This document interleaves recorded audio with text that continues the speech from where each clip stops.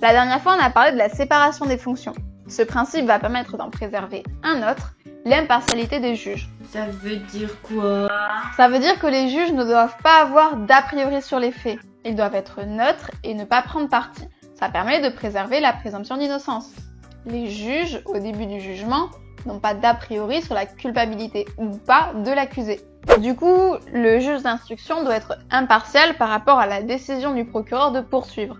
Il doit chercher des preuves contre l'accusé, mais aussi des preuves qui peuvent l'innocenter, ce qu'on appelle des preuves à charge et à décharge. Et le tribunal doit être impartial par rapport au juge d'instruction. C'est-à-dire qu'il ne doit pas avoir d'a priori sur comment s'est déroulée la recherche des preuves. Mais cette impartialité n'est pas préservée qu'avec la séparation des fonctions. Il faut aussi que les juges ne soient pas les victimes. Oh, Internet, tendre bourreau. Ce qui est logique, parce que si la victime fait partie du tribunal, elle va pas être impartiale. Elle veut la condamnation de l'accusé. C'est pour ça que si un juge a une relation trop personnelle avec l'affaire, il peut être récusé. C'est-à-dire qu'on peut demander à le remplacer par un autre juge qui aura pas de relation personnelle avec l'affaire, pour préserver l'impartialité du jugement.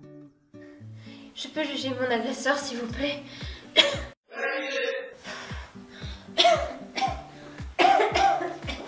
Ensuite, pour être impartial, le juge doit aussi être indépendant par rapport aux autres pouvoirs. D'abord, il faut qu'il soit indépendant du gouvernement, c'est-à-dire du pouvoir exécutif. Le président, le ministre, tout ça. Le gouvernement nomme les magistrats, mais c'est pas pour ça que le pouvoir politique doit pouvoir souffler à l'oreille du juge comment juger. Ça s'appelle de la corruption sinon. Et les juges doivent aussi être indépendants du pouvoir législatif, c'est-à-dire du Parlement, de ceux qui font les lois. Pourquoi? Parce que le Parlement fixe la loi, c'est-à-dire le cadre dans lequel le juge peut juger. Mais le Parlement ne doit pas pouvoir dire au juge comment juger au cas par cas. Et à l'inverse, le juge doit juger dans ce cadre de la loi. Et c'est pas au juge de créer la loi. Ça va, on n'est pas chez les Anglais non plus. J'ai pas suivi, t'aimes pas le système du common law ou t'aimes pas la jelly? Du coup, l'impartialité des juges est absolument nécessaire pour juger en toute équité. C'est notamment pour ça que l'allégorie de la justice a un bandeau sur les yeux, pour ne pas voir et ne pas avoir d'a priori. Et à mon avis, elle est sourde aussi, pour éviter d'avoir à entendre ce que peut lui dire le pouvoir politique. J'ai déjà cherché les preuves, donc j'ai ma petite idée sur l'affaire, si vous voulez bien de moi.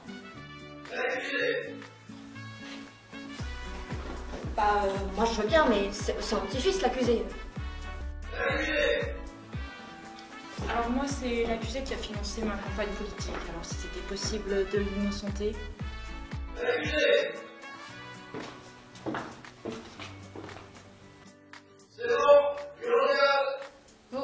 Vous m'avez parlé? Ah oui, c'est sûr qu'Internet et l'impartialité ne sont pas très amis. Hein. L'anonymat permet d'ailleurs de ne pas s'exposer en tant que personne et donc de juger sans aucune objectivité. Le bandeau de la justice, il n'existe pas du tout. Hein. D'ailleurs, c'est plutôt le contraire. Hein. Sur les réseaux sociaux, une des caractéristiques, c'est le voyeurisme. Tout voir, tout comparer, tout juger. A l'inverse, sachez qu'IRL, avant de devenir juge, les personnes prêtent serment. Hein. Je jure de bien et fidèlement remplir mes fonctions, de garder le secret des délibérations et de me conduire en tout comme un digne et loyal magistrat. Foutraille, ce ne sont que des mots, me direz-vous. Alors oui, outre l'idée d'un engagement moral solennel, il y a un risque de sanction pour le non-respect de ce serment. Et puis là, tu jures publiquement et à visage découvert, pas sous couvert de l'anonymat. Je te déclare coupable. Ah ouais, donc on suit toi quoi. Ah oui. Je suis l'une de tes followers, et comme tu m'as déçu, je te juge. Et puis, n'oublie pas que c'est moi qui t'ai faite.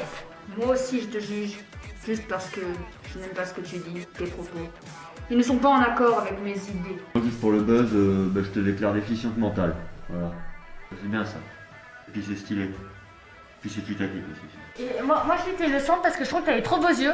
Et je me disais, tu pourrais me faire une dédicace sur la poitrine, là. Oh tiens, moi aussi, là.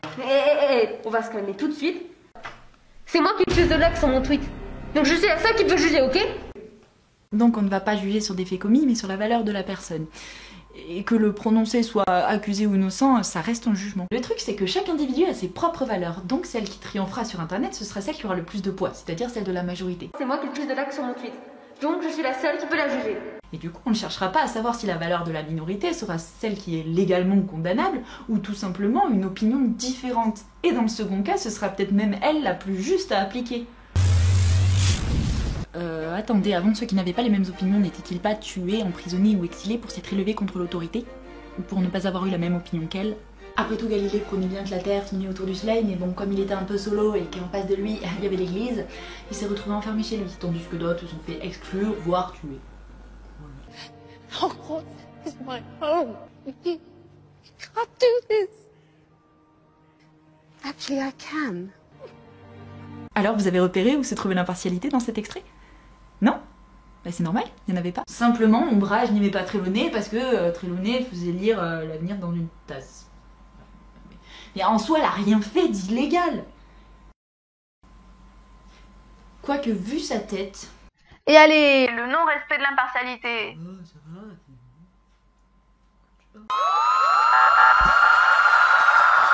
Justice.